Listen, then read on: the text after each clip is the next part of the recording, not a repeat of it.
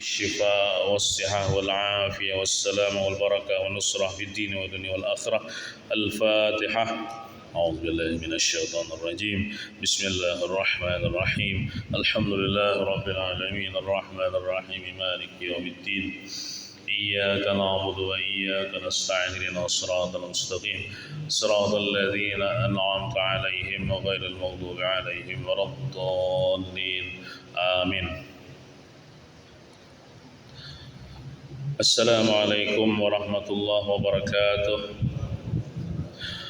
A'udzu billahi minasyaitonir rajim. Bismillahirrahmanirrahim. Alhamdulillahi rabbil alamin.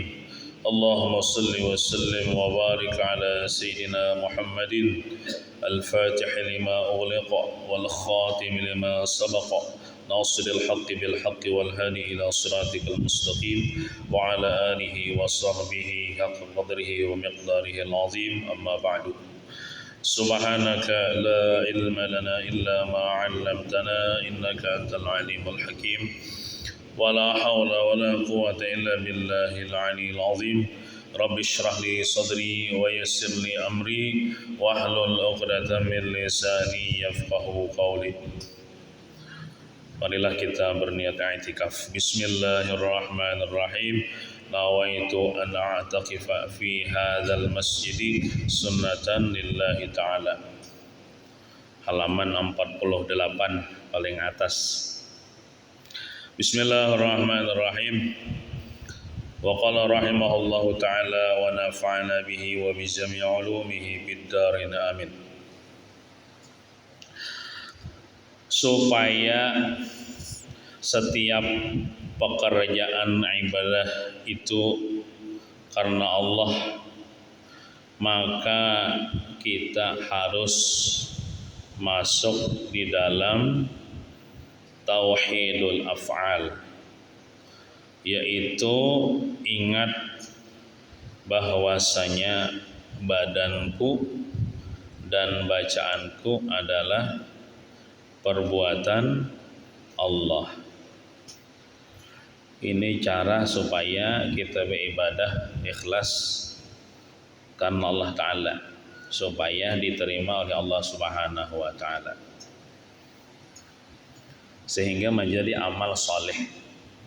Jadi amal soleh itu dua syaratnya. Amal soleh itu dua syaratnya. Yang pertama, sesuai syariat, kewiannya sesuai syariat. Contohnya seperti sembahyang. Maksud sesuai syariat itu rukun, tata caranya, syarat-syaratnya itu harus tahu, harus mengerti. Tentunya didahului dengan menuntut ilmu tentang bab sembahyang, sehingga mengerti tentang tata cara kaifiat sebagaimana hukum syariat, sehingga kita beribadah sesuai syariat. Kemudian setelah itu syarat yang kedua, dikatakan amal itu amal saleh apabila kita beribadahnya ikhlas karena Allah Subhanahu wa Ta'ala. Maka caranya ikhlas diantaranya ialah mengatakan seluruh ibadah nang kita gawi itu hakikatnya bukan gawian kita, tetapi gawian Allah Subhanahu wa Ta'ala. Tauhidul af'al artinya mengesahkan Allah pada segala perbuatan. Ketika kita rukuk, Tuhan merukuakan. Ketika kita sujud, Tuhan mensujudkan. I'tidal, Tuhan menggerakkan. Ketika kita begana, Tuhan menggerakkan. Kita bergerak, Tuhan menggerakkan. Nah, sehingga ketika itu tidak ada lagi namanya kita kan ada. Nah, ada tuh Allah, nah ada tuh gawian Allah. Baik badan kita bergerak atau mulut kita membaca Fatihah, baik gerak badan yang disebut dengan rukun fi'li atau yang diucapkan oleh mulut berupa rukun qauli atau bacaan-bacaan sunat, itu ingat akan gawian Allah. Di antara makna la ilaha illallah, la fa'ila illallah. Tidak ada yang memperbuat di alam semesta ini kecuali Allah. Tidak ada campur tangan manusia. Semata-mata Allah Subhanahu wa taala. La muharrika illallah. Tidak ada yang dapat menggerakkan kita kecuali Allah. La musakkina illallah. Tidak ada yang dapat mendiamkan kita kecuali Allah. Jadi lamun ampun Allah barataan, buat apa kita mengakui nang lain ampun kita gitu nah. Allah taala barataan ampun gawian. Maka nanti di situ disebut dengan ikhlas. Sehingga disebut dengan amal soleh, sehingga nanti bisa menghasilkan pahala. Ulangilah, supaya setiap pekerjaan ibadah itu karena Allah, ikhlas karena Allah. Caranya apa? Maka kita harus masuk di dalam tauhidul af'al. Maka hati kita harus apa tuh? Selalu mentauhidkan Allah pada segala perbuatan. Pokoknya gerak-gerik kita, diam kita itu hakikatnya Allah Ta'ala memperbuat kita kada dalo hilang lalu kita nih.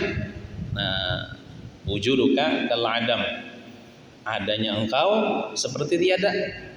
Pada zahirnya ada, hakikatnya kada ada gitu nih.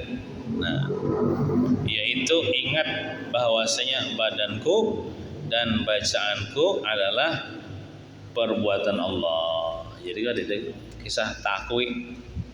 Walaupun pada zahirnya aku sembahyang fardu zuhur, misalnya lah, aku sembahyang fardu zuhur, itu pada zahirnya aja, pada hakikatnya bukan gawian kita.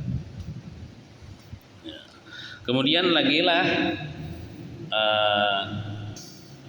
supaya ibadah kita itu diterima oleh Allah Subhanahu wa taala. Ujar siapa tuh? Pengarang kitab Hikam tuh. Ujar Imam Syekh Ibnu Athaillah As-Sakandari rahimahullah taala. Ujar sidin min alamati ittiba'il hawa al-musara'atu ila nawafilil khairat wa takasulu 'anil qiyami bil wajibat. Yang artinya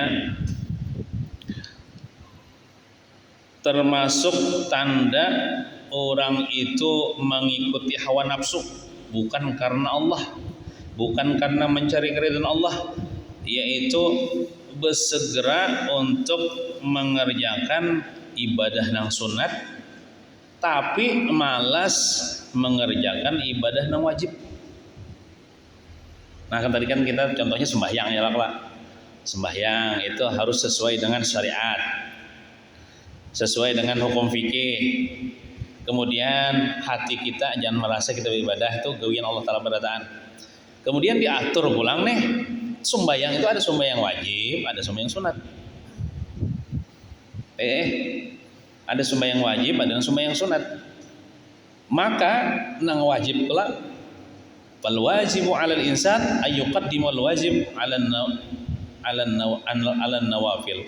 Maka wajib atas manusia orang Islam mendahulukan nang wajib daripada nang sunat.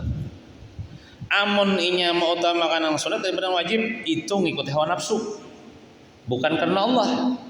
Berarti kalau beribadah karena hawa nafsu bukan karena Allah Ta'ala, ada ikhlas ya, ada diterima juga oleh Allah Subhanahu wa taala. Contoh, orang ini masih banyak lagi qadaan sembahyang wajib. Kulir qadaan sembahyang wajib, tapi cangkal sembahyang duha, cangkal sembahyang hajat. Itu tanda orang nang beribadah mengikuti hawa nafsu, kata Imam Ibnu Athaillah. Seharusnya kan ia sibuk dengan membayari hutang nang wajib. Hutang nang wajib dulu Itu amalan yang paling abdul baginya pada waktu itu, bagi orang yang banyak ketinggalan sembahyang nih, mengqadha sembahyang nang wajib itu yang paling abdul. Amun inya mengerjakan nang sunat-sunat itu tertipu. Itu dia ditipu oleh hawa nafsu. Karena hawa nafsu ini hendak dipuji. Coba orang lah, bila ini si hawa nafsu nih, bila mengerjakan qadaan walaupun 1000 rakaat, siapa ada yang hendak memujinya? Membayar hutang. Contoh pian bayar hutang 1 miliar, kadida kisahnya hendak minta puji. Tapi kalau sembahyang tahajud 1000 rakaat misalnya, nafsunya hendak minta puji, karena jarang orang mengerjakan itu. Hendak pinalayan pada orang. Nah, jadi nang diutamakan nang wajib dulu hanya nang sunat, selesaikan dulu nang wajib nang sunat. Contoh lagi. Ini contoh orang nang beribadah mengikuti hawa nafsu, bukan karena mencari ridha Allah. Dan itu orang yang tertipu, dan ibadahnya kan diterima oleh Allah karena hawa nafsu, bukan karena ridha Allah. Yaitu napa? Bersedekah sunat cangkal, menyumbang cangkal, tapi bayar hutang koler. Bayar hutang. Kan bayar hutang wajib dah. Bersedekah sunat. Nah, bersedekah sunat benar, karena bersedekah ini hendak kita puji, Bang. Membayar hutang itu adalah orang memuji lah. Nafsu kan minta puji. Nah jadi amun kita ada hutang lawan makhluk, bayar hutang dulu. Itu nang wajib. Nah itu nang paling ibadah, nang paling dicintai Allah pada ketika itu bagi dirinya. Habis bayar hutang, ayo hendak bersedekah sunat. Hendak bersedekah sunat. Nah, contohnya lagi ibadah sunat seperti sembahyang, kan sembahyang ini ada nang disunahkan berjemaah, ada nang kada berjemaah, kada usah dikerjakan berjemaah. Contohnya misalnya sembahyang nang kada disunahkan berjemaah, sembahyang rawatib, sembahyang sunat ba'diyah, qabliyah ba'diyah, qabliyah ba'diyah. Qabliyah zuhur, ba'diyah zuhur. Sunat sebelum asar, qabliyah maghrib, ba'diyah maghrib. Qabliyah isya, ba'diyah isya. Sunat sebelum subuh, ralat atau kan sunat rawatib toh. Itu sunat yang paling abdal, sembahyang sunat yang paling abdal di sunat rawatib. Bahkan itu pahalanya mendekati sembahyang wajib. Nah, kita tuh beribadah itu harus berilmu juga, supaya kita mengutamakan yang lebih sunat daripada yang sunat biasa. Ya ada sembahyang sunatnya, ada yang ditekankan mana sunatnya, ada yang sunatnya kada tapi ditekankan. Nah, orang yang beribadah karena mencari ridha Allah bukan karena nafsu, dia akan melakukan ibadah yang lebih sunat dibandingkan yang sunat. Contoh misalnya sembahyang ba'diyah isya 2 rakaat itu lebih abdal daripada sembahyang tarawih 20 rakaat. Orang yang kada mengerti, kada berilmu, dia cangkal sembahyang tarawih ba'diyah isya kada digawi. Itu tanda orang yang beribadah mengikuti hawa nafsu, bukan karena mencari ridha Allah. Tapi kalau orang yang mencari ridha Allah, tentunya dia berilmu dulu.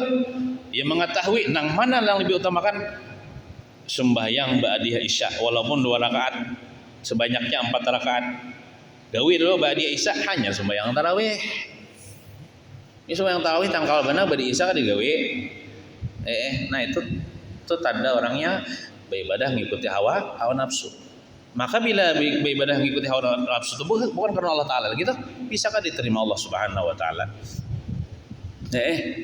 Nah, contoh sembahyang tarawih itu nah, lawan sembahyang witir itu tak abdal witir.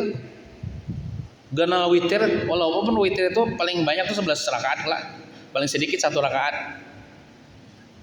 Jangan kita misalnya tarawih cangkal witir ada.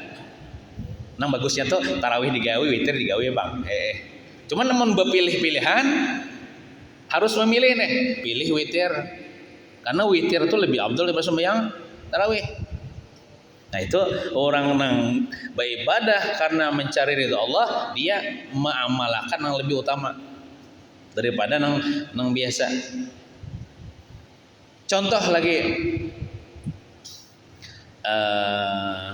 zikir. Rasulullah bersabda, Abdul zikri la ilaha illallah. Seabdal zikir yaitu kalimat la ilaha illallah. Itu mulai dulu dah, mulai zaman nabi-nabi dulu sampai bukan di zaman Nabi Muhammad aja. Ujar Nabi Muhammad bersabda, afdalu ma qultu ana wan nabiyyuna min qabli la ilaha illallah. Seabdal apa yang aku ucapkan zikir. Wan nabiyyuna min qabli, nabi-nabi sebelumku menganggap itu paling afdal juga apa? La ilaha illallah. Nah, orang yang berzikir kan ibadah lah. Dia mencari ridha Allah, dia mesti membanyakkan la ilaha illallah dibandingkan zikir-zikir yang lain. Baca salawat ya, istighfar juga, tasbih, cuman yang paling banyak tuh la ilaha illallah. Jangan yang lainnya banyak la ilaha sedikit. Coba biar lihat di dalam ratib haddad yang kita baca tadi. Coba, itu kehebatan kealiman Habib Abdullah Al-Haddad menyusun itu zikir salawat berapa? 3 kali ya Allah. Istighfar berapa? 3 kali ya Allah. Tasbih berapa? 3 kali ya Allah. Doa. Coba ketika la ilaha illallah 50 kali. Terbanyak. Karena itu yang paling afdal, yang paling dicintai Allah Subhanahu wa taala, itu yang dibanyaki. Bukan menangkanti membaca salawat sedikit kada banyak aja baca salawat, cuman zikir itu dibanyaki lagi, nang la ilaha illallah dibanyaki. Coba di dalam ratib haddad tulisannya la ilaha illallah 50 kali, nang lainnya 3 puting, tasbih 3 kali, salawat 3 kali. Itu ada rahasianya. Itu tandanya Habib Abdullah Al-Haddad tuh alim dalam menyusun zikir yang datang dari Rasulullah SAW. Sidin karena mencari ridha Allah, bukan karena hawa nafsu. Nah itu rahasianya tah. Contoh lagi, orang tuh lah ketujuh banyak membaca manakib wali kah. Cuman bila membaca Al-Quran karena tapi ketujuh mengalir, itu tandanya beribadah karena hawa nafsu. Padahal kan membaca Al-Quran tuh kalam Allah tuh kalam yang paling mulia, kalam Allah. Ada kawan yang mengalahkan. Nah tandanya aja bang, tandanya bila membaca manakib pernah cangkal, tapi membaca Quran pernah molir. Padahal kan yang lebih utama baca Quran dah. Bukan memadahkan baca manakib pada bagus baca manakib. Cuman di mana kita mengutamakan yang lebih utama tuh dibanyaki. Itu tandanya kata Imam Ibnu Athaillah tadi, beribadah karena mencari ridha Allah. Amun kita adalah beribadah mencari ridha Allah, itu tak masuk di situ kena untuk Allah Taala ridha masuk surga. Kada masuk neraka, ridha Allah Taala lah. Rajaki nyaman. Yang kalau ibarat orang bahari itu kene, bila kita menanam padi, itu rumputnya tumbuhan ya Allah kan perlu kita menanam rumputnya tumbuhan ya. Artinya bila kita mencari ridha Allah beribadah nih, nang itu dapat berdaan surga, dapat neraka terhindar, bahagia dunia, bahagia akhirat, bahagia di kubur kalau kita mencari ridha Allah. Tandanya mencari ridha Allah apa? Sembahyang misalnya mau utamakan wajib daripada sunat. Atau misalnya hutang dibayari dulu hanya bersedekah sunat. Nang mau diutamakan yang lebih utama supaya ibadah kita itu diterima oleh Allah Subhanahu wa taala. Ulah hendak pakai kisah lah. Ini kada kaitannya lawan yang kita bahas tadi. Cuma nih bagus saya ulun kisahkan supaya jadi ilmu pengetahuan bagi kita berataan. Ada beberapa hari yang lalu ada orang datang ke tempat kita. Assalamualaikum, waalaikumsalam. Napa aja kita? Hendak betakun jam. Betakun apa? Betakun masalah harta. Harta siapa? Harta ini kisahnya aja. Harta Gonogini. Kan biasanya harta Gonogini itu harta bersamaan ya oleh biasanya bersamaan antara istri dan laki. Jadi Jessidin biniko ini meninggal dunia biniko. Ada isi tanah biniko nih. Itu tanahnya tuh kayak apa tuh jadi warisan lah, dibagilah. Jadi kita takuni bini piana itu apa gawian waktu hidup. Jadi Jessidin sebagai ibu rumah tangga ya. Babang dari mana harta kawan nukar tanah? Aku aja sini begawe. Aku begawe sebagai seorang suami nih. Kemudian aku dapat gajian, ku beri, ku julung duit itu kepada bini. Nah, termasuk itu nafkah. Cuma bini ini pandai menabung, terkumpul duit banyak, lalu ditukarakan ke tanah. Nah, jadi jar kita itu sebenarnya harta pian juga. Nukar tanah itu harta pian, bukan harta bini pian. Bini pian itu sebagai pengelola aja, ada pemilik seutuhnya. Kan biasa kalau laki tuh bila dapat gaji, julung pada tanah bini ya lah, bini jangan ngote karena bini bang biasanya menggunakan untuk nukar ini, untuk nukar ini dan sebagainya. Tapi hakikatnya itu harta laki ya lah. Nah, jadi cerita itu bukan harta Gonogini, itu harta pian. Jadi lamun harta pian itu apa namanya? Itu kada jadi waris. Bini pian meninggal itu harta ampun pian. Karena beli tanah itu pakai duit pian. Bini itu sebagai pengelola aja ibaratnya tuh. Kan bini kan begawi sebagai ibu rumah tangga aja. Nah, jadi ibaratnya jadi bukan harta Gonogini juga itu dan bukan harta warisan itu harta laki. Bila bini mati ampun laki. Lain kayak ini apa namanya, bini berusaha seorang, contoh misalnya bini berusaha seorang berjualan baju misalnya bini ya Allah, kemudian laki ini berusaha juga barang aja manurih kah usaha. Lalu bini ini diisi duit 50 juta dari hasilnya berjualan baju, berarti duitnya seorang nih, bukan duit laki. Laki ini misalnya hasil manurih ada misalnya 50 juta juga nih, bini 50 juta. Lalu misalnya hendak menukar tanah dua lagi bini nih, harganya 100 juta. Lalu bakumpulan 60 sama 50 100. Nah, nukar tanah kalau harga 100 juta itu namanya harta Gonogini. Dari membelinya separuh dengan harta milik bini, separuh dengan harta milik itu namanya harta Gonogini. Jadi harta Gonogini ini apabila misalnya bini mati terdahulu, laki hidup, maka harta Gonogini ini dibagi dua karena di situ ampun laki separuh. Contoh misalnya tanah itu setelah istri meninggal dunia kan dijual misalnya ya Allah, sekalinya tetap aja harganya 100 juta.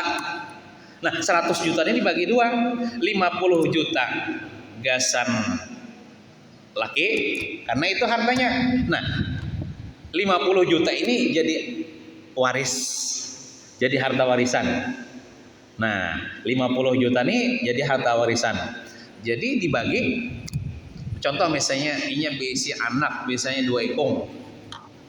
Anaknya ini ada bebinian, ada lelakian. Ada bebinian, ada lelakian. Dibagi lah. Jadi 50 juta pun bini ini jadi harta warisan bagi ahli waris. Maka si lakinya itu dapat 1/4 rubuh, berarti dapat selawi juta. Anak perempuannya dapat rubuh ya 1/4, dapat selawi juta. Nah anak laki-lakinya kan, laki-laki ini kan dapat 2 bahagi tuh, berartinya 1/2 ya lah dapat iyalah 50 juta leh. 50 juta Bapak 12 setengah. Nang lakian salawe. Nang ini 12 setengah, nang laki 12 setengah, nang bini 12 setengah. Nah anak nang lelakian ini salawi nah anak itu. Jadilah ibaratnya tuh nang dibagi dua dulu tadi nang harta gono gini nih. Hanyar nang bagian bini ini jadi harta warisan eta. Jadi harta warisan. Nah, nang itu nang harta gono gini nih. Nah, inya ada nang sebagian di kampung karena orang kampung nih kada mengerti tentang dianggapnya harta gono gini itu bang. Ada kejadian gurun berkisah. Ujar Sidin ada 7 tahun yang lalu, engkau ada sebutkan nama tempatnya lah. 7 tahun yang lalu ada kejadian ini janda berisi anak 2. Anaknya ini lelakian dan babinian, berarti anak yatim nih. Cuman jandanya ini sugih, berisi duit 200 juta, ujar guru ulun 200 juta tuh termasuk sugih loh 200 juta tuh. Nah, lalu janda ini kan kawin melawan kai, berarti hampir aja jadi janda nih. Kawin, kada lawas pian imbah kawin itu meninggal janda ini. Nah, orang kampung ini kadang mengerti pembagian nang itu dikira orang kampung ini nang harta nang 200 juta tuh harta gunung gini, padahal kada. Itu kan bini tadi itu si janda tadi itu nya bisi duit bedahulu dah sebelum kawin, bisi duit 200 juta miliknya dah. Tak kawin wan laki, wan kai mungkin nih kada berkisah juga. Pada ini harta bini terdahulu mungkin kayaknya dibodoh aja dalam masalah agama. Orang kampung menyangka itu harta gono gini, lalu dibagi orang lain. Nang 200 juta tadi dibagi 2, 100 juta gesan kai dulu. Nah 100 jutanya ini dibagi pulang jadi harta warisan. Jadi kayaknya nih dapat salawi, anak perempuannya dapat salawi juta, anak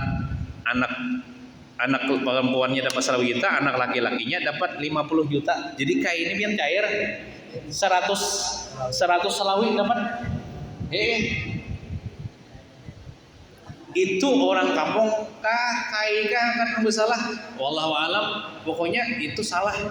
Itu bukan harta gunung gini, itu sebenarnya 200 juta itu murni ke 200 juta jadi harta warisan sebenarnya.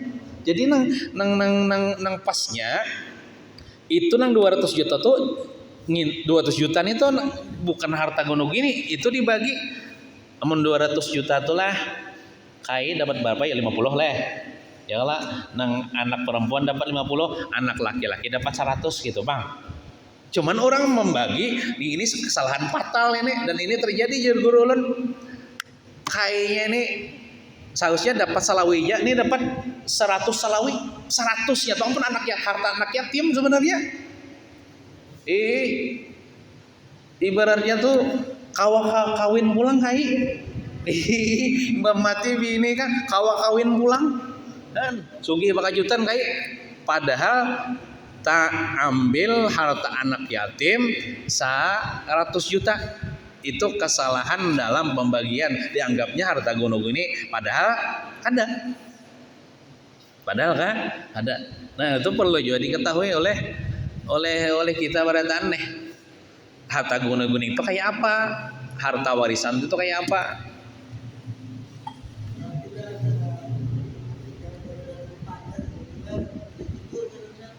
Entah kai ini kada tahu juga kah, apakah bodoh juga kah masalahnya itu. Jadi aja jadi nangjar orang. Amun kita mengerti kan jujur ya kalau itu lain hartaku, itu biniku tuh bisi duit sudah 200 juta sebelum aku kawin. Berarti itu hartanya berarti amunnya mati jadi harta warisan. Bukan harta guni-guni. Nah itu seharusnya mun kita mengerti kan kita jujur tuh supaya kada tamakan hak anak yatim. Nah kayak itu. Jadi nang bapak-bapak nang datang ke tempat ulun itu kesimpulannya bini sidin itu membeli tanah itu pakai harta laki juga. Jadi ibarat itu bukan warisan itu. Ya kan soalnya bininya tuh kan begawi. Jadi ibu rumah tangga aja sebagai pengelola harta laki aja, lalu bininya nih pandai menabung lalu dibelikan tanahnya itu jadi bukan jadi warisan bininya mati, tapi ampun lakinya, pemilik lakinya seutuhnya. Nah kayak itu. Nah kecuali misalnya kayak ini, lakinya nih bepadah, nah bini kubari ikam duit nah, ini ampun ikam dah seutuhnya, tasar ikam nukara apakah? Soalnya bini nukara tanah ke rumah, nah itu jadi milik bini yang amunnya bepandir kayak itu, atau memberinya tuh niatnya memberi seutuhnya kesan bini. Amun menjolongnya aja tuh kan milik bersama tuh, ibaratnya tuh ampun laki tuh, maksudnya bukan milik bersama, ampun laki tuh. Nah biasanya kan julung-julung aja kalau laki itu bilang gajian julung aja gitu. Nah ada dapang nampun ikam no khusus ampun ikam seutuhnya kada bepandir itu, berarti itu ampun laki lah gitu. Nah malam ini kita membagikan kitab di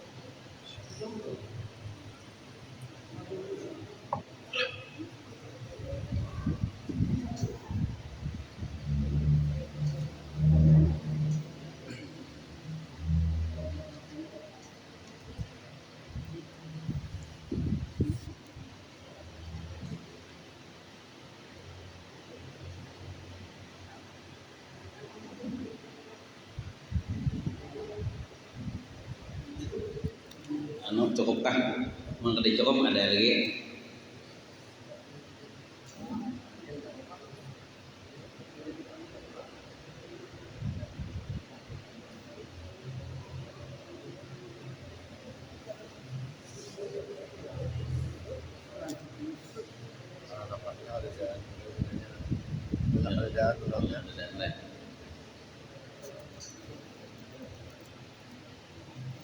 Mengkedi cukup ada aja lagi nah. Baik, sudahlah. Ya. Cukup aja intinya lah.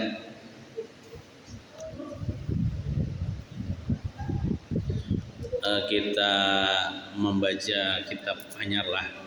Ini gantian.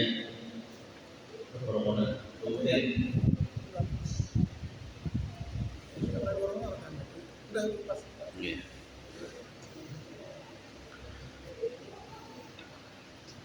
Nah ini apa namanya, kitab bahasa Latin aja nih. Ada aja bang nang bahasa Arab gundulnya, cuman ada seberataan orang ngerti bahasa Arab gundul. Nah jadi nang nyaman-nyaman aja. Jadi ini terjemahnya sudahlah. Nah aslinya tuh Arab, kitab gundul bang, kitab kuning. Nah jadi ada nang diterjemahkan, ya nang di hadapan kita nih. Intinya ilmu itu supaya tersampaikan kepada kita berataan. Ya kalau jadi ulama-ulama zaman wahid ini sudah menerjemahkan kitab-kitab yang klasik itu menjadi terjemah bahasa Indonesia supaya mudah dipaham, khususnya bagi orang-orang awam. Intinya supaya ilmu itu tersampaikan kepada seluruh umat Islam, walaupun kada pernah sekolah pondok ya Allah, bisa membaca chat WA bisa tuh membaca ini, baca Latin artinya. Nah Nah, jadi ini buku judulnya itu Petunjuk Menuju Keluarga Sakinah. Ini bagus, bahkan wajib ini buku dimiliki oleh setiap pasangan suami istri. Bagi yang belum kawin, bagus saya persiapan ilmu berdulu pacangan kawin mau gini nih. Maka sebelum kawin tuh harus berilmu. Ada hak-hak yang wajib ditunaikan oleh istri, ada hak-hak yang wajib ditunaikan oleh suami, dan hak-hak itu akan dipertanggungjawabkan nanti di hadapan Allah Subhanahu wa taala, akan ditanya nanti di hadapan Allah Subhanahu wa taala. Kajian kitab Syarah Uqudul Lijain. Naran kitab gundulnya tuh Uqudul Lijain fi huquqiz zaujain, pada hak-hak suami istri. Nah, langsung aja kita baca. Nah, ini termasuk kitab nang fardu ain lah dituntut. Fardu ain dituntut. Kalau fikih kan sudah ya, kalau nang perokonan tuh fardu ain juga, ini fardu ain juga. Nah, langsung aja ke halaman 7 lah. Nah, pendahuluan. Bismillahirrahmanirrahim. Qala al-musannif rahimahullah taala. Pendahuluan. Bahasa kita, bahasa Arab itu muqaddimah. Bismillahirrahmanirrahim.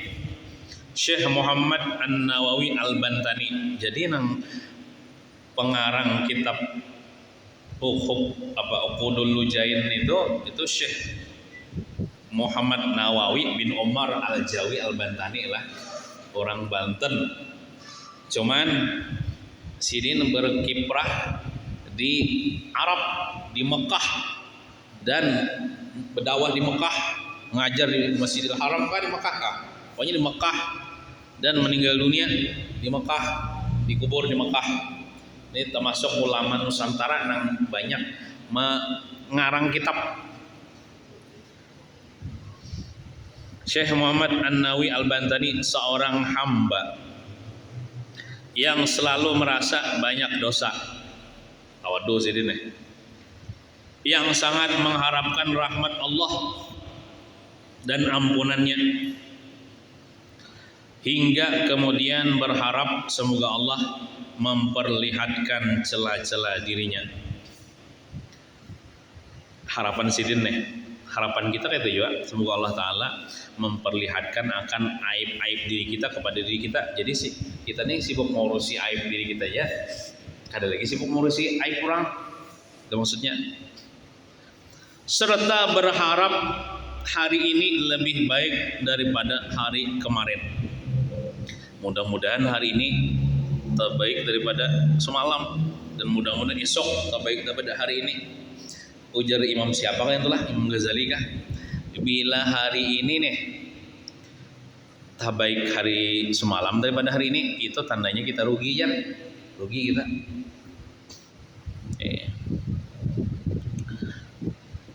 Telah berkata, segala puji bagi Allah, alhamdulillah artinya nih, sesuai dengan apa yang layak baginya. Rahmat dan salam semoga dicurahkan selalu kepada junjungan kita Nabi Muhammad SAW, sanak kerabat, dan juga salawat dan salam kepada sanak kerabat sidin dan para sahabat sidin sebanyak bilangan sesuatu yang dilihat olehnya. Sebanyak bilangan sesuatu yang dilihat olehnya. Kan yang menajak Allah, biar baca soalan ini bisa aja gini. Terlintas dalam ingatanku sebuah kitab syarah, dalam kurung komentar, yang telah diminta penulisnya oleh orang-orang yang menaruh rasa cinta kepadaku, yakni agar aku menulis sebuah komentar atas kitab kecil yang berhubungan dengan hak-hak suami istri yang telah ditulis oleh sementara ulama. Setelah kitab syarah saya tulis dan selesai, lalu diberi nama Uqudul Lujain fi bayani huquqiz zaujain. Uqudul Lujain itu kalau kada tahu jawab lah maknanya. fi bayani huquqiz zaujaini artinya pada menjelaskan hak-hak suami istri. Nah, jadi kita secara garis besarnya di dalam kitab ini membicarakan hak-hak suami istri. Kan kita bisi bini ya Allah nih. Yang belum bisi bini nah ya Allah. Itu supaya kita wajib tahu nih, apa hak bini harus ditunaikan oleh laki.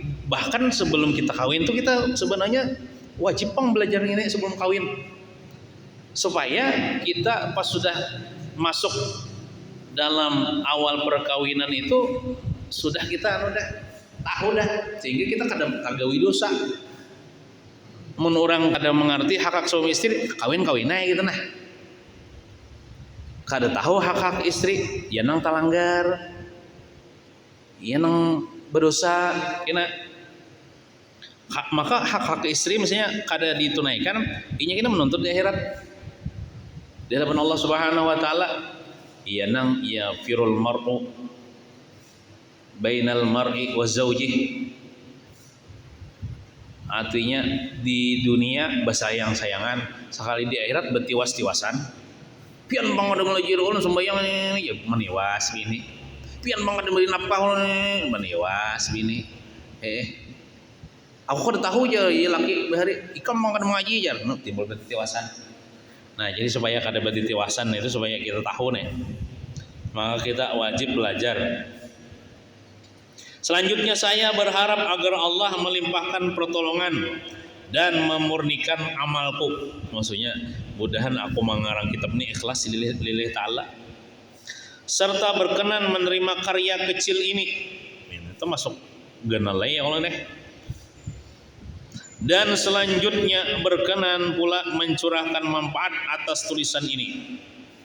Berkat kemuliaan Nabi Muhammad beserta para istri bertawasul nih.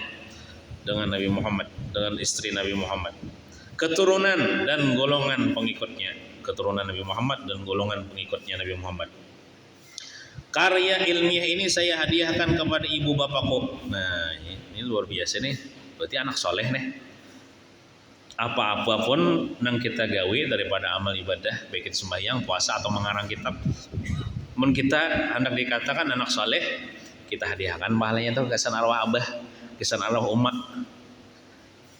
Napa-napa aja yang kita gawe daripada amal saleh, kita hadiahkan kesan arwah abah, arwah umat. Nah, dengan harapan semoga Allah Subhanahu wa taala mengampuni dosa-dosanya, dosa-dosa mama abah nih. Sama aja kita nuntut ilmu ya Allah, duduk di majelis ilmu ya Allah, hadiahkan pahalanya nah kesan mama abah ulun. Maka pahalanya ini kada berkurang. Udah kayak di fotokopi itu mulai berkurang. Dan mengangkat derajatnya ke dalam derajat yang lebih tinggi. Dan sesungguhnya Allah maha luas ampunannya, lagi maha pengasih dan penyayang. Dan semoga pula Allah memuliakan serta mengampuni dosa-dosa Syekh An-Nawawi Al-Bantani selaku penulis kitab ini. Amin. Terus kan selambar dah, setengah lambar dah nyaman ya Allah dibaca. Ini Latin bang. Dengan membaca Bismillahirrahmanirrahim An-Nawawi. Jadi An-Nawawi ini bukan Imam Nawawi pengarang kitab Riyadhus Shalihin, lain lah. Tapi An-Nawawi ini Nawawi orang Indonesia. Syekh Nawawi Al-Bantani orang Banten. Adapun Imam Nawawi yang pengarang kitab Riyadhus Shalihin itu nama sirin Yahya bin Syaraf An-Nawawi. Memulai menulis karyanya. Jadi sebelum artinya memulai menulis itu dimulai dengan Bismillahirrahmanirrahim. Sebab di balik bacaan basmalah banyak terkandung berkah. Bila kita yang makan Bismillah ya Allah, setan kada mau empat makan.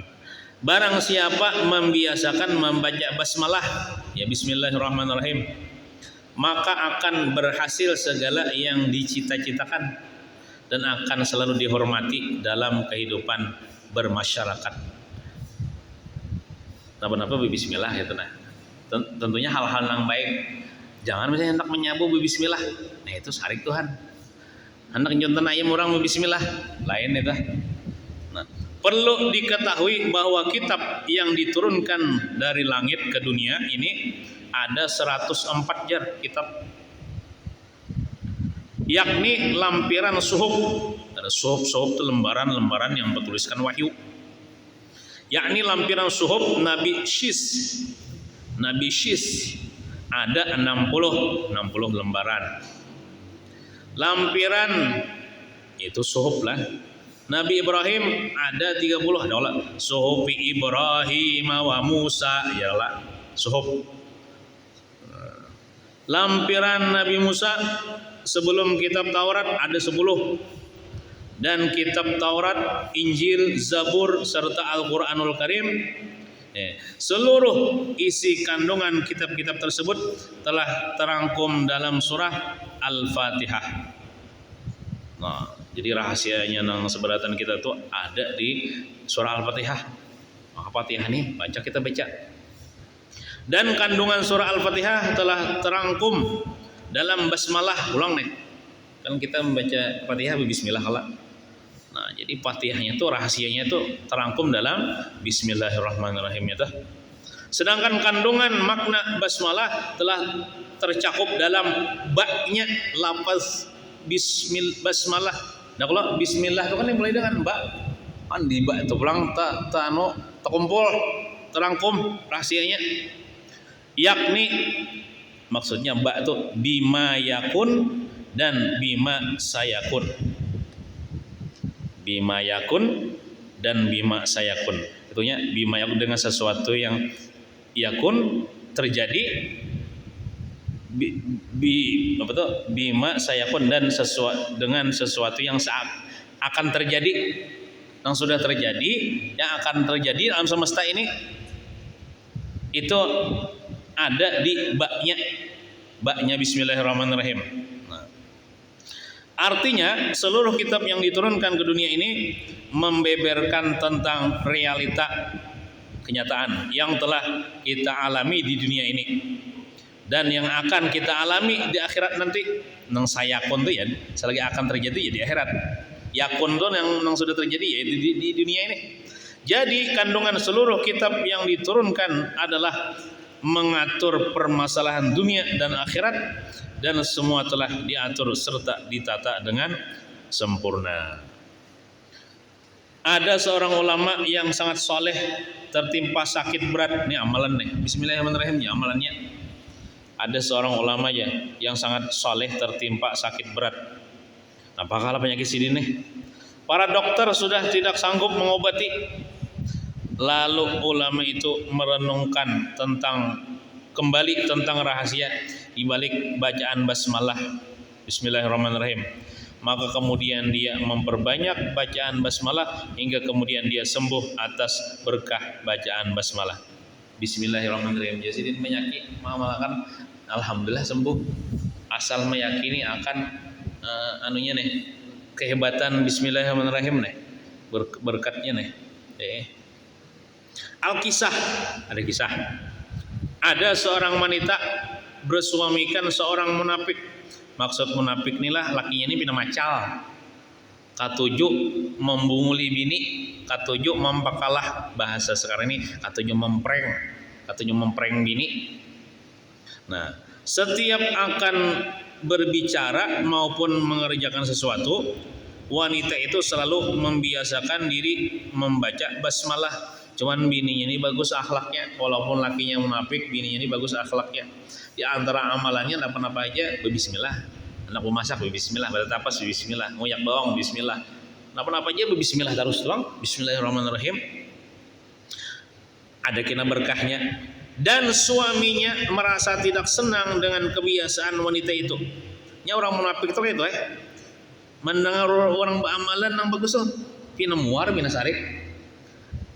Nya ada sifat munafik di hati. Ya sampai misalnya mendengar orang azan tuh sarik, mengganggu aja. Tapi kalau mendengar orang berurkisan ketujuh sebelum malaman, itu dikhawatirkan di hatinya lalu ada sifat munafik. Hingga kemudian ingin mempermalukan istrinya.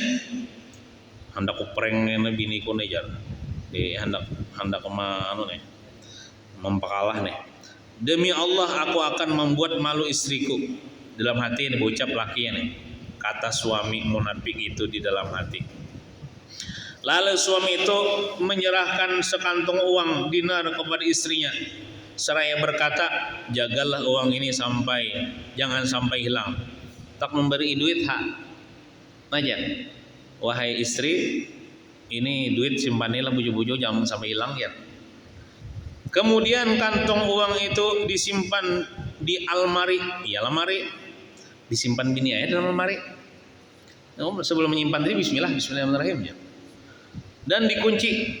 Bismillah ulang dengan membaca bismillahirrahmanirrahim.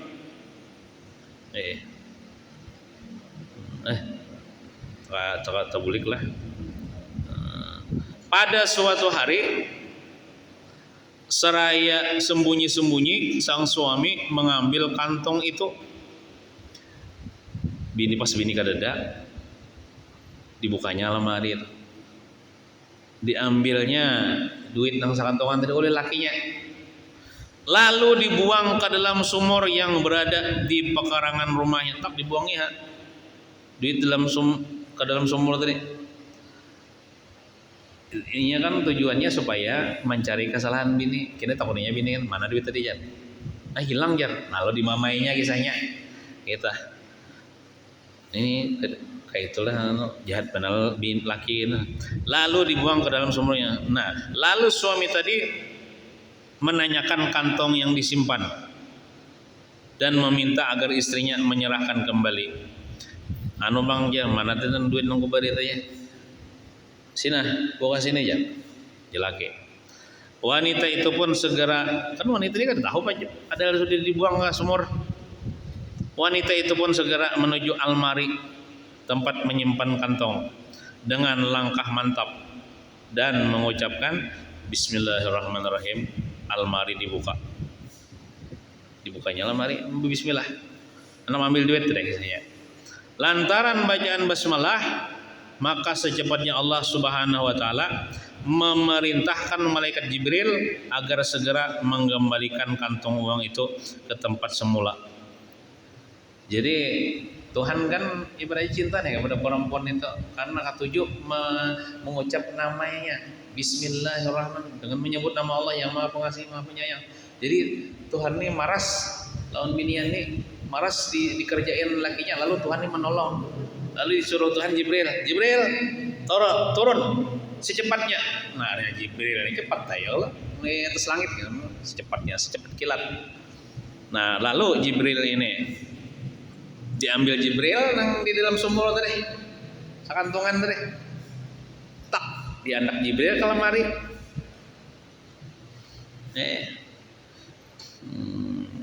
Setelah almari dibuka oleh bibi Andri. Segera wanita itu mengambil kantongnya. Maka kada disebut kamu sinilah sumurnya bebanyu. Sumurnya bebanyu berarti basah kantongannya lah.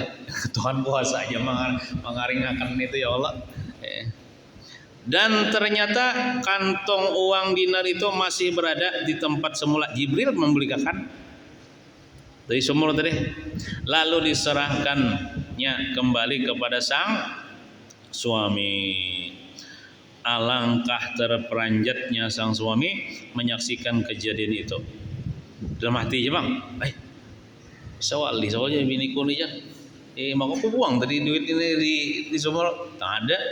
Nah, dan seketika itu sang suami bertaubat, kada hakon lagi jadi orang jahat, kada hakon lagi memunguli bini, bertaubat deh, lalu melaksanakan ibadah kepada Allah dengan penuh taat, jadi orang baik ya.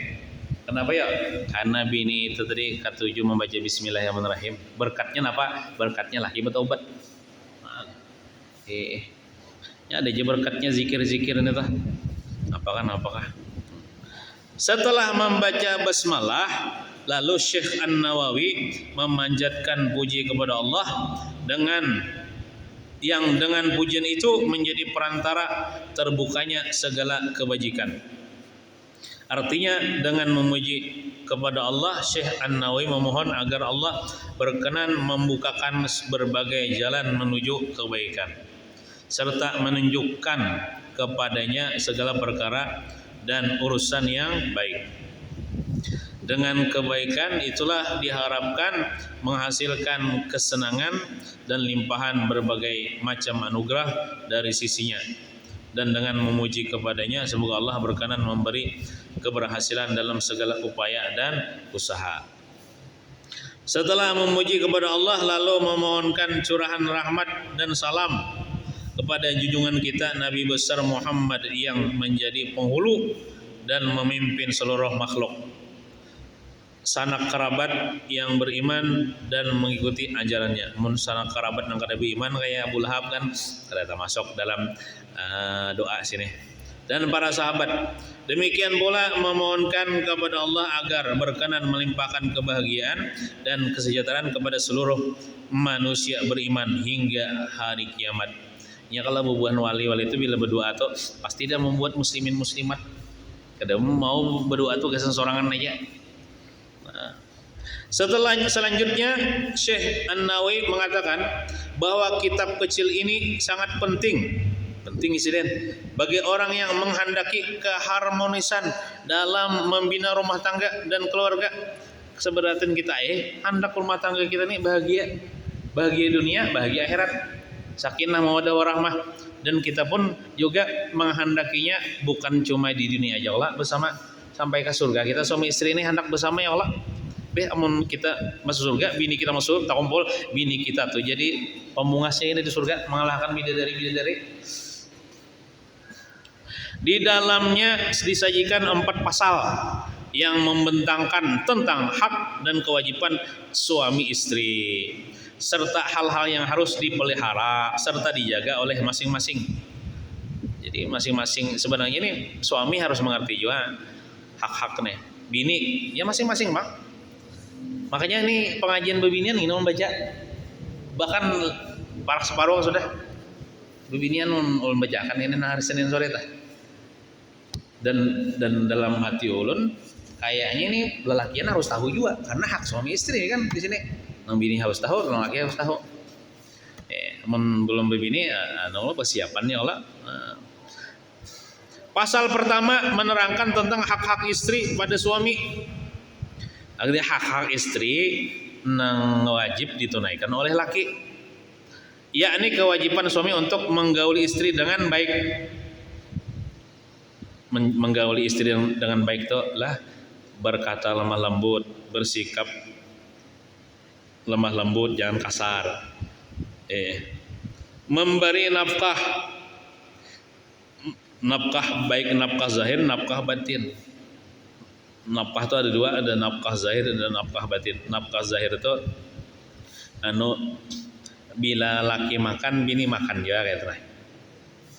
Bila laki makan 3 kali sehari, bini 3 kali sehari ya. Memberi nafkah zahir itu contohnya menyediakan tempat tinggal, walaupun mengontrak. Walaupun mengontrak kan kalau mungkin bagaimana di kolong jembatan di pinggir jalan ya kalau ngontrak.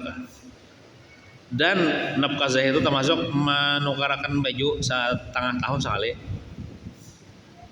Baju nang lengkap lah, mulai nang atas sampai bawah, jangan baju nang kelihatan aurat. Nah kayak itu setengah tahun sekali, berarti setahun itu 2 kali. Nah, memberi nafkah batin apa ya? Memberikan nafkah batin ya mengumpuli itu ya juga ada yang lebih daripada itu. Memberi nafkah batin itu bukan sekedar mengumpuli di atas ranjang, tapi juga mempelajari ilmu agama, mendidik dengan ilmu agama itu nafkah batin yang sewujudnya. Contoh mempelajari tentang sembahyang kepada bini nih, tentang wudu, tentang bab haid pada bini wajib tuh. Sebenarnya itu kewajiban lakinya, bukan orang lain. Nah, ketika lakinya misalnya kada kau melajari karena jahil, maka boleh bebini itu keluar rumah mencari pengajian agama, ini menuntut ilmu di luar. Ilmu fardu ain maksudnya. Nah, nang utama itu lakinya nang wajib melajari. Kena bini kadang ngerti bab sembahyang, bab wudu, bab haid, lalu tagarewi dosa, itu lakinya tuh kena dosa. Di akhirat ini dituntut. Berapa banyak laki-laki yang masuk neraka gara-gara hak kepada bini kada ditunaikan. Nah, itu yang kita khawatirkan. Makanya kita membaca kitab ini supaya tahu. Membayar mas kawin, mahar. Mahar itu kan hak bini lah. Misalnya saya terima nikahnya Fulanah binti Fulan dengan mahar misalnya 1 juta. 1 juta itu hak bini, kalau mahar itu diserahkan kepada bini. Pada boleh laki memakai mahar itu. Itu hak bini, kecuali kepada aku minta hak mahar itulah aku kesan rokok ayo tapi lemun mambil kada boleh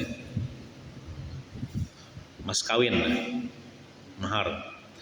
Mengajar dan mendidik istri tentang hal-hal yang berkaitan dengan ibadah yang fardu seperti sembahyang lah dan yang sunat. Nah itu kewajiban laki itu melajari Quran, melajari mengaji. Demikian pula belum lagi bila anak 1, 2, 3, 4 bertambah lagi kewajiban dah. Demikian pula permasalahan yang berkaitan erat dengan masalah haid, menstruasi, serta kewajiban taat kepada suami. Dilajari bini itu kayak apa caranya lawan laki itu beradab. Di antaranya apa? Wahai bini, bila berpandir lawan laki itu jangan baik aku lah. Nah, itu dilajari itu bepian bolon. Bukannya aja laki ini ulun nih minta hormati kada, memang agama mengatur kayak itu. Caranya apalagi di padang banyak orang bila mengiau laki jangan ngaran lah. Abahnya si anu kah? Jangan toh ambilakan bang toh. Ngiau laki ngarannya. Apalagi di padang banyak orang kina laki itu kina nang disalahkan orang buyu lakinya udah mendidik jalan. Nah, kerbada dulu. Nah, sian lakinya itu dilajari tuh tata cara bebandir lawan laki nih. Jangan tanyaring pada laki. Jangan kayak itu saya nopo aja nyaring pada laki. Tak kajut laki. Nah, jangan dilajari juga pepian buulun dilajari juga dan kada apa-apa nang laki ni mahuluakan maksud mahuluakan tuh kada apa-apa laki ni pepian buulun jualan bini ulun tuh bini ulun tuh pepian buulun pian nah anak mana ulun nah kita supaya bini itu terbiasa juga inya menuruti kita niat kita kayak itu bukan kita tuh kan hendak minta hormati kada bini itulah bila menghormati kita itu kita kada dapat untung kada. Bini itu menghina kita kalah, menghormati kita kah? Itu kita kada menarik manfaat, kada apa-apa. Bila inya beradat inya jual untung, bukan kita. Bila inya durhaka, inya celaka, bukan kita. Jadi kada ada kaitannya. Jadi kita melajarinya itu untuk dirinya, manfaatnya untuk dirinya bukan untuk kita, bukan untuk minta hormati. Karena kita sayang bini nih, maka kita menghendaki bini kita ini supaya selamat di akhirat, karena masuk neraka. Lalu cara-caranya kita pelajari. Serta kewajiban taat kepada suami sepanjang tidak mengarah kepada perbuatan maksiat. Apa laki nyuruh maksiat itu boleh lah bini itu menuruti. Nah, tak masuk tuh nang disebutkan dalam hadis bila laki maajak keranjang sekalinya bini ini pernah belembat sehingga lakinya terguring jer maka bininya itu dilaknat Allah semalaman. Padahal belembat aja tuh apalagi kadang itu disampaikan jualan bini kan disampaikan jualan bini. Memang ada hadisnya tuh kan ada di sini hadisnya. Ini berapa banyak bini ini yang diajak lakinya keranjang kisah alasan mecik HP belum tuntung, sinetron belum tuntung. Kasihan lakinya nunggu di ranjang atau guring. Sakit mentangi bininya guring dah lakinya. Itu bini itu dia dilaknat oleh Allah Subhanahu wa taala. Nah, sampaikan juga lah. Nah, jadi waktunya wajib tuh bila bini itu nang diajak laki laka-laka saja diajak tuh kada mesti berhubungan intim. Menggani ibu pandir ya Allah di sebelum tidur menenak bobokan kah atau uruti aku, nah misalnya ya kalau aja lagi, atau kawani guring nggak, kadang mesti hubungan intim, apalagi hubungan intim. Nah, termasuk bini, dalam hadis sebutkan bini itu kan haram tuh marangut di hadapan laki. Bila marangut di hadapan laki Allah murka, itu ada hadisnya. Sampaikan jualan bini itu. Kita menyampaikan ke bini itu bukan kita nih hendak minta hormati, tapi supaya ia selamat, itu tujuan kita. Apabila seorang perempuan mana saja yang merangut ia di wajah suaminya, maka dia dalam kemurkaan Allah, sehingga dia membuat lakinya itu tersenyum kembalinya. Biasanya kayak ini, bila bini marangut, laki itu kadang nyaman hati, otomatis laki ini kadang nyaman hati itu kecewa gitu. Nah, laki ini hendak bila bini itu berhadapan dengan laki ceria, bini itu kan senang laki deh, menampakkan keceriaan, kebahagiaan, kesenangan di hadapan laki, otomatis laki ini senang melihat bini. Tapi kalau bini itu marangut, apa biniku marangut, lalu kada nyaman hati deh. Nah, ketika kada nyaman hati, maka disitulah Allah Ta'ala murka kepada bini. Dan itu kita sampaikan juga kepada bini kita nih. Artinya marangutnya tuh kada boleh di hadapan laki aja. Amun marangut di hadapan panci silahkan. Ya biasanya kan bisa juga cekcok rumah tangga deh. Laki kata salah lalu bini ini marangut. Kau sampaikan ibu-ibu sudah. Julun pian amun marangut tuh boleh aja, tapi jangan di hadapan laki. Pian contoh misalnya pian kesal gara-gara tingkah laku laki, mengkabian bersabar. Mun pian marangut aja, hendak marangut juga berjauh daripada laki. Ranguti panci, ranguti WC situ, ranguti kulkas. Tapi ketika berhadapan dengan laki, diusahakan muhapian tuh jangan marangut. Diusahakan tersenyum walaupun terpaksa, walaupun hati menderita. Dan pian memaksakan kayak itu, pian dapat pahala besar. Tapi kalau pian sampai merangut, itu pian nang kasihannya, bukan laki nang kasihan, pian nang kasihannya. Kenapa? Pian dimurkai Allah Subhanahu Wa Taala. Sampai laki pian senang hatinya, gembira hatinya, caranya kayak apa? Pian gelitiki ke laki pian supaya tertawa pulang. Hanya Tuhan ambil sarik. Nah itu kita sampaikan juga lawan bini kita nih. Ada kita nanti dibahas sini hadis-hadisnya. Nah itu gindulah mudah-mudahan ada berkah dan manfaatnya. Mudahan kita kaum mengamalkan. Mudahan keluarga kita menjadi keluarga yang sakinah, mawaddah, warahmah dalam keridhaan Allah Subhanahu Wa Taala dan ridha Allah Subhanahu dunia wal akhirah. Amin ya rabbal alamin. Wassallallahu ala sayyidina Muhammadin wa ala alihi wa sahbihi wasallam. Walhamdulillahi rabbil alamin. Al-Fatihah. A'udzubillahi minasyaitonir rajim. Bismillahirrahmanirrahim. Alhamdulillahi rabbil alamin arrahmanir rahim maliki yaumiddin. Iyyaka na'budu wa iyyaka nasta'in ihdinas siratal mustaqim. Shiratal ladzina an'amta 'alaihim ghairil maghdubi 'alaihim waladdallin. Amin. Bismillahirrahmanirrahim. Alhamdulillahi rabbil alamin. Wassalatu wassalamu ala asyrafil anbiya wal mursalin sayyidina maulana Muhammadin wa ala alihi washabbihi ajmain. Allahumma rzuqna wa ahla baitina wa ahla qaryatina wal muslimin at-taubah wal maghfirah wat taufiq wal hidayah wal istiqamah wa ikhlasan niyyah wa husnul khatimah was-sihah wal afiyah was salam wal barakah wa nusrah fid din wad dunya wal akhirah. Rabbana atina fid dunya hasanah wa fil akhirati hasanah wa qina adzaban nar. Sallallahu ala sayyidina Muhammadin wa ala alihi wa sahbihi wasallam. Walhamdulillahi rabbil alamin. Taqabbalallahu minkum.